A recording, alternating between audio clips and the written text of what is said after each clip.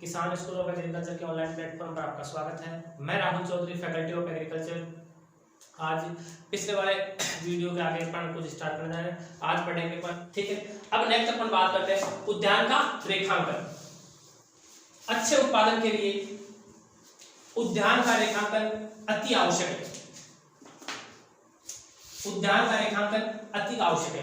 उद्यान का रेखांकन कहेंगे किसी क्षेत्र पर या अपन को जिस क्षेत्र पर वृक्ष लगाने उस क्षेत्र पर योजनाबद्ध तरीके से ऐसी संरचना बनाना जिस पर आसानी से पौधे लगाए जा सके, उसे कहते हैं उद्यान का रेखांकन। उद्यान का रेखांकन की निम्न विधियां है। विधियों की बात करें अपन तो पहली विधि है वर्गाकार विधि। उद्यान के रेखांकन की पहली विधि है वर्गाकार विधि। वर्गाकार विधि कहेंगे अपन उद्यान में लगाए गए पौधे, 4 पौधे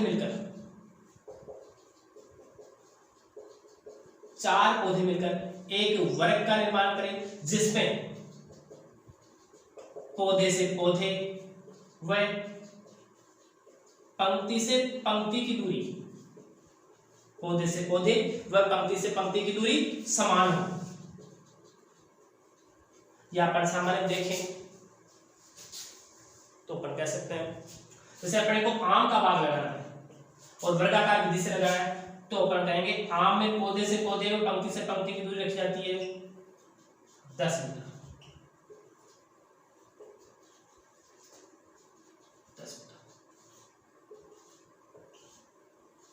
इस विधि से अगर अपन बाग लगाते हैं तो इसे कहेंगे वर्गाकार विधि। इस विधि में पौधे से पौधे की दूरी भी 10 मीटर है और पंक्ति से पंक्ति की दूरी भी कितनी है 10 मीटर। इस विधि द्वारा पौधे लगाना कहलाता है वर्गाकार विधि। बाग लगाने की सबसे सरलतम विधि है वर्गाकार। सबसे सरलतम विधि कौन सी है? वर्गाकार। या अपन कह सकते हैं सबसे आसान विधि। इस विधि में बाग लगाने से कोई रेखांकन में कोई कठिनाई नहीं आती तथा आसान से बाग लगाया जाता है तथा इनमें पौधों से पौधों के बीच में अधिक दूरी होने के कारण इसमें कृषि कार्य करने या कटाई छटाई में कोई कठिनाई उत्पन्न नहीं होती। इसके बाद अगर दूसरी विधि की बात करते हैं तो बाग लगाने की दूसरी विधि है आयताकार विधि। दूसरी विधि है आयताकार विधि। यह विधि वर्गाकार विधि की तरह ही है, फर्क सिर्फ इतना है इसमें पौधे से पौधे की दूरी की अपेक्षा पंक्ति से पंक्ति की दूरी अधिक रखी जाती है। पौधे से पौधे की दूरी की अपेक्षा पंक्ति से पंक्ति की दूरी अधिक रखी जाती है। या अपन कह सकते हैं पौधे से पौधे की दूरी रखेंगे अपन 8, पंक्ति से पंक्ति की दूरी रखेंगे 10। तो ये विधि कौन सी होगी? आयताकार विधि। तीसरी विधि की अपन बात करते हैं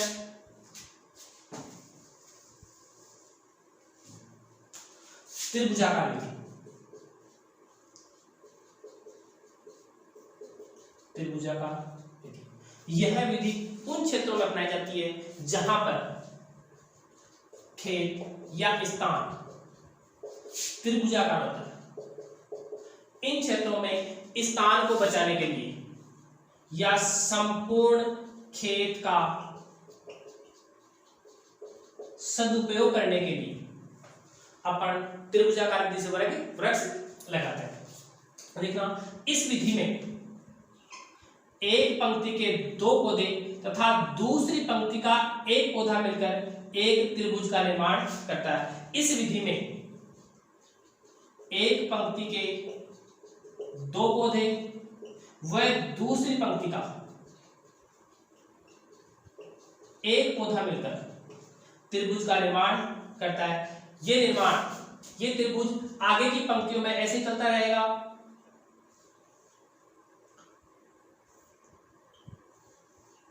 इसे कहेंगे त्रिभुजाकार विधि। इस विधि में सबसे इंपॉर्टेंट चीज है खेत का त्रिभुजाकार होना। अगर कोई खेत त्रिभुजाकार है तो उसमें पूर्ण रूप से खेत का सदुपयोग होता है, इसलिए उपयुक्त विधि है त्रिभुजाकार विधि। चौथी विधि की अपन बात करते हैं तो वो है पूरक विधि या पंचभुजाकार। पूरक विधि या पंचभुजाकार विधि। देखिएगा, पंचभुजाकार विधि भी वर्गाकार विधि की अपेक्षा ही है। इसमें वर्गाकार विधि में 4 पौधे लगाए जाते हैं। इस वर्गाकार विधि के मध्य एक पूरक पौधा लगाया जाता है। वर्गाकार विधि के मध्य एक पूरक पौधा लगाया। पूरक पौधे के रूप में अपन यूज कर सकते हैं पपीता, केला या पर फालसा लगा सकते हैं। क्यों? क्योंकि इन फल वृक्षों का आकार छोटा होता है और ये पौधे लगाए जाते हैं 2 से 3 वर्ष के लिए। ये पौधे लगाए जाते हैं 2 से 3 वर्ष के लिए। जब बाग के मुख्य पौधों की संख्या इसमें 4 है और पूरक पौधा लगाया जाता है बीच में 1। देखिए, मुख्य पौधों के जब तक बड़े होकर इन्हें फल वृक्ष को 5 से 6 वर्ष लगता है फल उत्पादन में, फल देने में लगता है मुख्य पौधे को 5 से 6 वर्ष। अगर बात करते हैं पर आम की, आम के पौधे में 6-7 वर्ष बाद फल लगना प्रारंभ होते हैं। इस लंबे काल में अगर इस बीच में अपन को पूरक पौधों से अच्छी आमदनी प्राप्त करनी है तो अपन पौधे लगाए जा सकते हैं। इन पौधों को कहेंगे पूरक पौधा। अगर देखा जाए वर्गाकार विधि की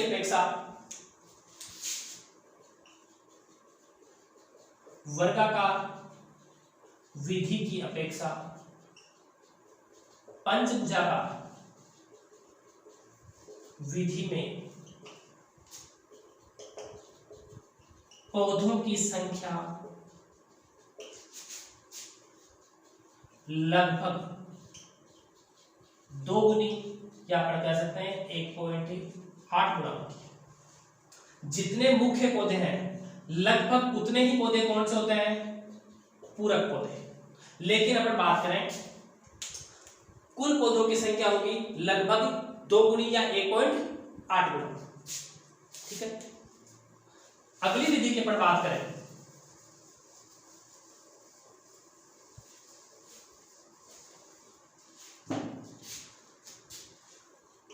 अगली विधि है षटभुजाकार विधि। इस विधि में 6 पौधे मिलकर एक षष्ठभुज का निर्माण करते हैं। 6 पौधे मिलकर एक षष्ठभुज का निर्माण करते हैं। देखो,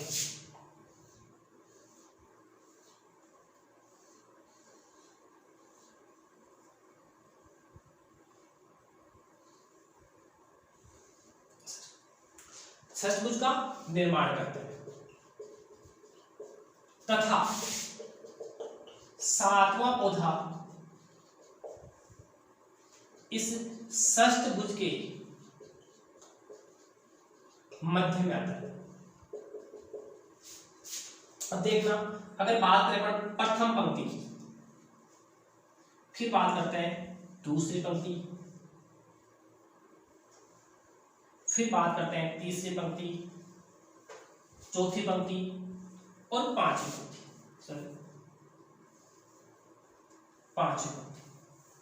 इसमें 5 पंक्तियों के 7 पौधे, 6 पौधे षष्ठभुज के और 1 पौधा मध्य में। 5 पंक्तियों के 7 पौधे मिलकर षष्ठभुज का निर्माण करते हैं। इसमें प्रथम पंक्ति का 1 पौधा, द्वितीय पंक्ति के 2 पौधे, तीसरी पंक्ति का 1 पौधा जो षष्ठभुज के मध्य में आता है, चौथी पंक्ति के 2 पौधे और पांचवी पंक्ति का 1 पौधा मिलकर षष्ठभुज का निर्माण करते हैं। ऐसे इसी क्रम में आगे के पौधे लगाए अपन, तो ये पौधा लगेगा यहाँ, इसके बाद यहाँ अगला पौधा तीसरी पंक्ति में यहाँ लगेगा, चौथी पंक्ति में यहाँ और पांचवी पंक्ति में यहाँ। इस प्रकार अगली बार षष्ठभुज का निर्माण होता है।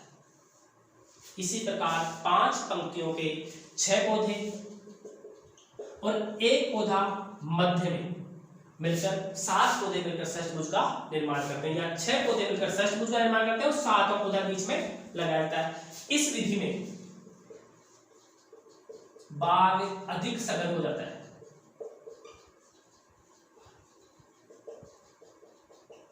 बाग अधिक सघन हो जाता है। सघन होने का मतलब पौधों के बीच का आपसी अंतर या आपसी दूरी का कम होना।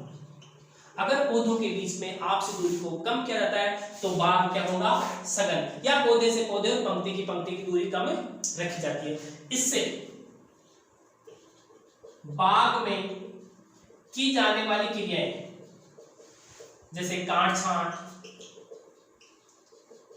खाद उर्वरक आदि में कठिनाई आती है। इस विधि का उपयोग शहर के समीप, शहरों के समीप महंगी भूमियों में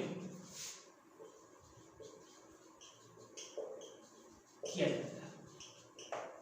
अब तक अपन पढ़िए वर्गाकार विधि जो सबसे सरल विधि है, आयताकार विधि, त्रिभुजाकार विधि जो त्रिभुज के समान या त्रिभुजाकार क्षेत्र के लिए उपयुक्त मानी जाती है। चौथी पढ़े पूरक विधि या पंचभुजाकार विधि, इसमें पूरक पौधे का उपयोग करते थे। फिर पढ़िए अपन ने षष्ठभुजाकार विधि, इसमें 6 पौधे मिलकर षष्ठभुज का निर्माण करते हैं और 7वां पौधा षष्ठभुज के ठीक बीच में आ जाता है। इसके बाद अपन पढ़ते हैं 6वीं कंटूर विधि। अगर कंटूर विधि की बात करते हैं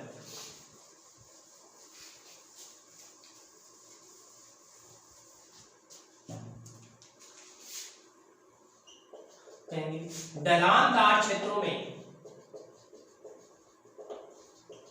बाग लगाने के लिए कंटूर विधि अपनाई जाती है, या पढ़ कर सकते हैं ढलान वाले क्षेत्रों में बाग लगाने के लिए कंटूर विधि अपनाई जाती है। इसमें ढलान के क्षेत्रों में मृदा को समतल करके पौधे लगाए जाते हैं। इस विधि को कहेंगे कंटूर विधि।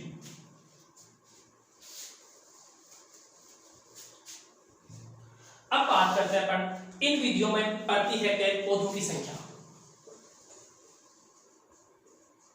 प्रति हेक्टेयर पौधों की संख्या पहली बात करते हैं अपन वर्गाकार विधि।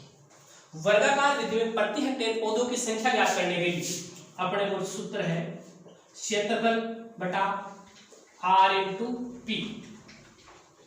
दूरी r का मतलब कहेंगे अपन रो, कतार, और p का मतलब पौधे। कतार से कतार और पौधे से पौधे की दूरी, और ये वर्गाकार विधि में दोनों क्या होती है, समान। तो अपन इसके अपेक्षा कह सकते हैं क्षेत्रफल बटा आर स्क्वायर, या क्षेत्रफल बटा आर स्क्वायर, क्योंकि पौधे और पंक्ति से पंक्ति की दूरी समान है। अगर अपन बात करते हैं क्षेत्रफल, 1 हेक्टेयर बराबर 10,000 वर्ग मीटर।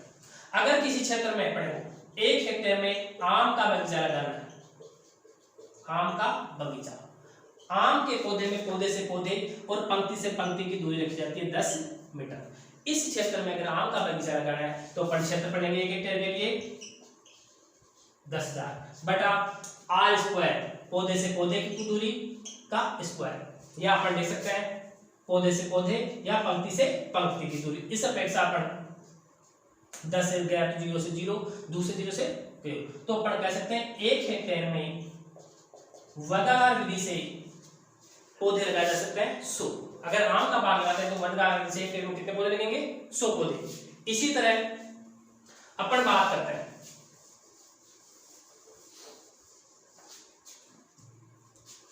आयताकार विधि।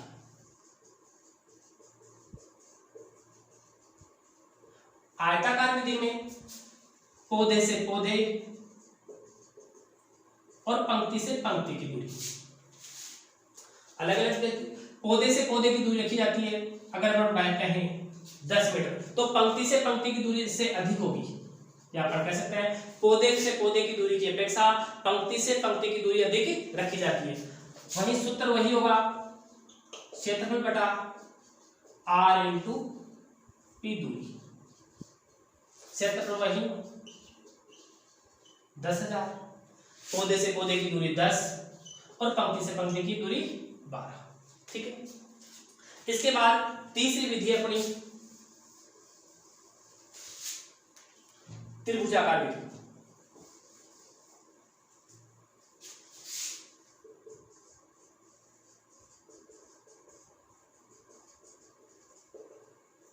त्रिभुजाकार विधि में पौधों की संख्या निकालने के लिए सूत्र है क्षेत्रफल बटा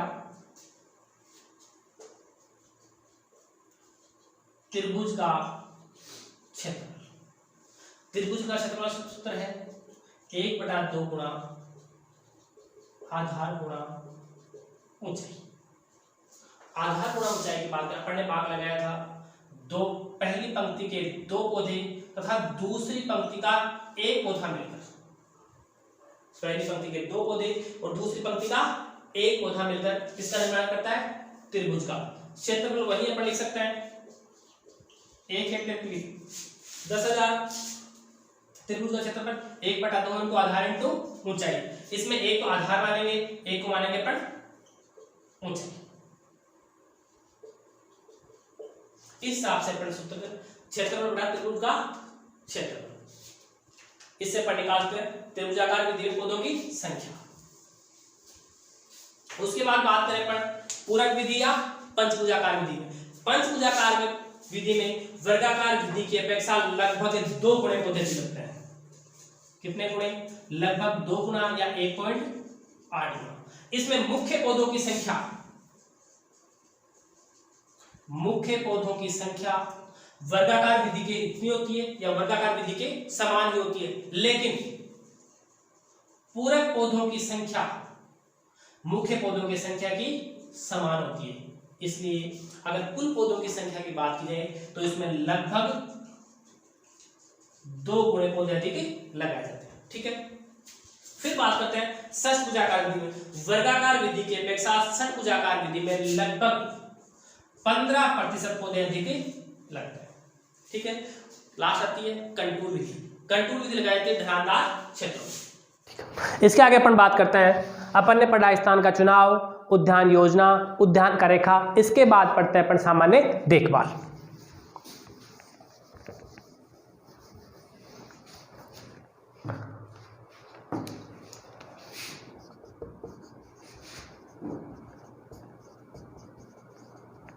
सामान्य देखभाल की बात करें पर तो उद्यान लगाने के बाद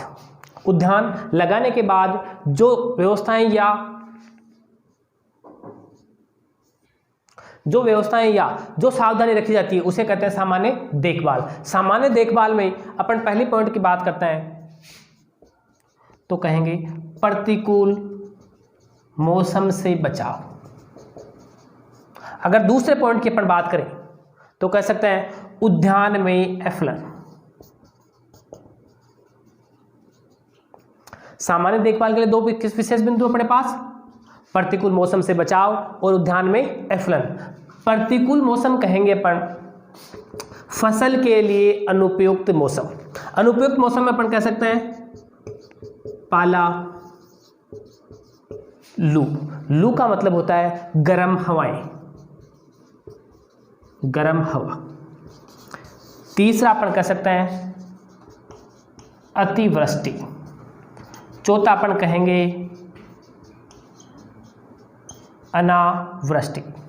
इसके बाद 5वां अगर कहें अपन तो है आंधी तूफान। अपन देखा प्रतिकूल मौसम, प्रतिकूल हो सकता है पाला। अब बात करते हैं अपन पाला की। पाला किसे कहेंगे? शीत ऋतु में, शीत ऋतु कब कहेंगे? दिसंबर जनवरी। शीत ऋतु में रात्रि 12 बजे के बाद, शीत ऋतु में रात्रि 12 बजे के बाद अगर वातावरण साफ हो और हवा बंद हो जाए हवा बंद हो जाए। इस समय तापमान 0 डिग्री सेंटीग्रेड से नीचे, या अपन कह सकते हैं तापमान माइनस में चला जाए। इस समय पौधों में उपस्थित कोशिका द्रव्य जम जाता है। पौधों में उपस्थित कोशिका द्रव्य जम जाता है, जिससे कोशिका भित्ति फट जाती है। कोशिका द्रव्य जमने से कोशिका भित्ति फट जाती है, क्योंकि कोशिका का आयतन बढ़ जाता है और पौधे की मृत्यु हो जाती है। इस कंडीशन को कहेंगे पाला, जो किसके लिए हानिकारक है? फल वृक्षों के लिए। दूसरी बात करते हैं लू। ग्रीष्म ऋतु में पश्चिम दिशा से, या अपन कह सकते हैं पाकिस्तान की तरफ से पश्चिम दिशा से चलने वाली गर्म हवाएं लू कहलाती है। पश्चिम दिशा से चलने वाली गर्म हवाएं क्या कहेंगे? लू कहेंगे। उसके बाद अतिवृष्टि, आवश्यकता से अधिक वर्षा का होना, आवश्यकता से अधिक वर्षा का होना। अनावृष्टि की बात करें तो आवश्यकता से कम वर्षा का होना कहेंगे अनावृष्टि। फिर बात करते हैं आंधी तूफान। अगर वातावरण में अचानक तापमान कम या अधिक होता है, ऐसी स्थिति में आंधी तूफान आते हैं। ठीक है, अपन ने पढ़ा प्रतिकूल मौसम से बचाव। प्रतिकूल मौसम पाले से बचाना। पाले से बचाने के लिए अपन फल वृक्षों में क्या कर सकते हैं? सिंचाई, H2SO4 सल्फ्यूरिक एसिड, इसका छिड़काव कर सकते हैं। टाटियां बांधना, सर्दियों में फल वृक्षों के चारों तरफ टाटियां बांध सकते हैं। उसके बाद अगर लू या गर्मी की बात करें तो पश्चिमी दिशा में वृक्ष लगाए जा सकते हैं, जो अपन ने पहले ही पढ़ा था। उत्तर पश्चिम दिशा में वृक्ष लगा देते हैं। उसके बाद अतिवृष्टि, अनावृष्टि। अतिवृष्टि के लिए जल निकास तथा अनावृष्टि के लिए सिंचाई। फिर आंधी तूफान, खासी सुनिए। इसके बाद अगर बात करें अपन उद्यान में एफलन, सेकंड पॉइंट था अपना उद्यान में एफलन।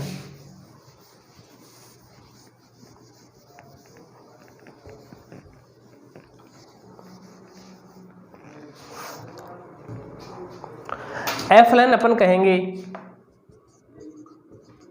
फल वृक्षों में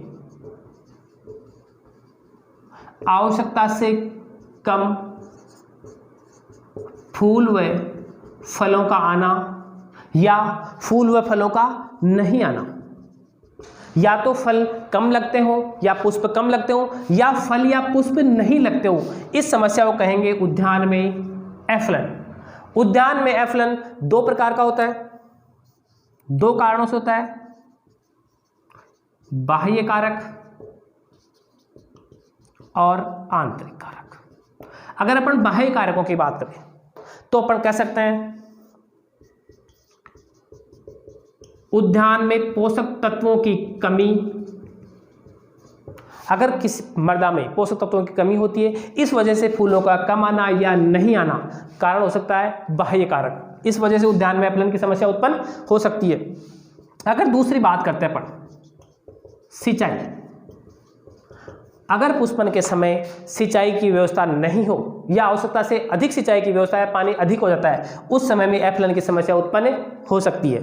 अगर तीसरी बात करें अपन उद्यान में एफलन को देखें अपन तो पोषक तत्वों की कमी, किसी भी विशेष पोषक तत्वों की कमी से, जैसे अपन कहें बोरोन से फल फटना, ये उद्यान में एफलन का कारण न होकर दैहिक विकार है। क्या है? दैहिक विकार, जो अपन आगे पढ़ेंगे। सिंचाई दैहिक विकार आएगा आंतरिक कारकों में। ठीक है, पोषक तत्वों की कमी, सिंचाई, जल। उसके बाद बात करते हैं अपन कीट व रोग। अगर पौधों में या फल वृक्षों में कीटों व रोगों का आक्रमण होता है तो भी एफलन की समस्या उत्पन्न हो जाती है, जो आता है बाह्य कारकों के अंतर्गत। इसके बाद अपन पढ़ते हैं आंतरिक कारक।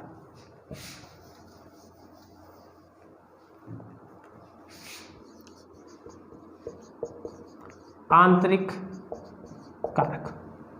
आंतरिक कारक कहेंगे फल वृक्षों में आनुवांशिक रूप से या किसी विशेष आंतरिक कारणों से फल वृक्षों में फलों का नहीं बनना या आवश्यकता से कम फूलों का बनना क्या कहलाता है? आंतरिक कारक। इसमें पहला पॉइंट देखें अपन,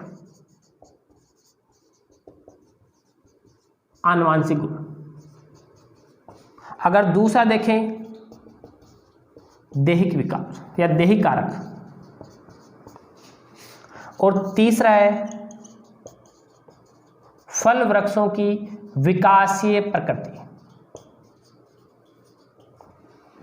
आंतरिक कारकों की बात करें, आनुवांशिक कारक, पौधे का आनुवांशिक रूप से कमजोर होना क्या कहलाता है? आंतरिक कारक। इसमें पौधे में पुष्प व फलों की संख्या कम होती है या पुष्प व फलों का आकार छोटा रह जाता है। दैहिक कारकों की बात करें, कुछ जैसे मैंने बताया था अभी, बोरोन की कमी से फलों का फटना, यह आता है दैहिक कारक। फिर बात करते हैं फल वृक्षों की विकासीय प्रकृति। कुछ फल वृक्षों में पुष्प व फलों के विकास में बाधा आती है, ये कहलाती है फल वृक्षों की विकासीय प्रकृति।